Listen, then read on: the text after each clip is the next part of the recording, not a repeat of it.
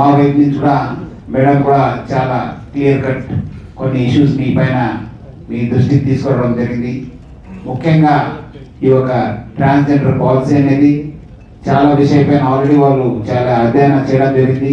ముఖ్యంగా మనకు సెన్సస్ కావచ్చు, అదేవిధంగా ఎడ్యుకేషన్ కావచ్చు, దానిపైన కూడా వాళ్ళు ఆల్రెడీ మనము కొంత రీసెర్చ్ కానీ కొంత సర్వే కూడా చేయడం జరుగుతుంది. మీరందరూ కూడా బయట వాళ్ళు వచ్చి చేస్తున్నారు. బయట వచ్చిన వాళ్ళు అంత తొందరగా వాళ్ళకి తెలుగు రాదు, ఎందుకంటే మనం కూడా పోయినప్పుడు చూస్తున్నాను. పీపుల్ ఆర్ కంప్లైనింగ్, తెలిసిన వాళ్ళు ఇదంతా చేస్తున్నారు అనేది నేను చెప్తున్నాను. మీరు మానుకోకపోతే చాలా అంటే చాలా కష్టపడాల్సి వస్తుంది, చాలా ఇబ్బంది పడతారు వాళ్ళు. ఎందుకంటే ఇప్పుడు అమ్మ చెప్పినట్లు, వేరే వాళ్ళు చెప్పినట్లు ఏదో వాళ్ళు ప్రేమంతోనే ఇస్తేనే తీసుకోవాలి, కానీ మీరు పోయి వాళ్ళ దగ్గర దౌర్జన్యం మళ్ళీ వాళ్ళ ఇంటి ముందు మార్చడము.